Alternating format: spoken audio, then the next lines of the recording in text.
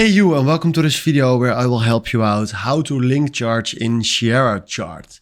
And for this, first of all, what we're gonna do is we go here to chart and then we go to linking, and then right now here we go to number.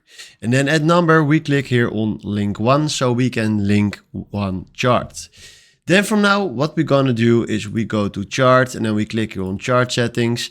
And then from here we go to linking. And then right now we can select the link number that we want. And then from here you can turn on everything that you want. So let's say we want to turn on the symbols, bar periods, and let's say studies. Then from here we do apply, then we do OK. And now we just linked the chart with the numbers and the things that we want to turn on. So play with this. This is the way how you can link charts on Sierra chart. Hopefully this is the video where I was looking for. Thanks for watching and have a wonderful day. Ciao.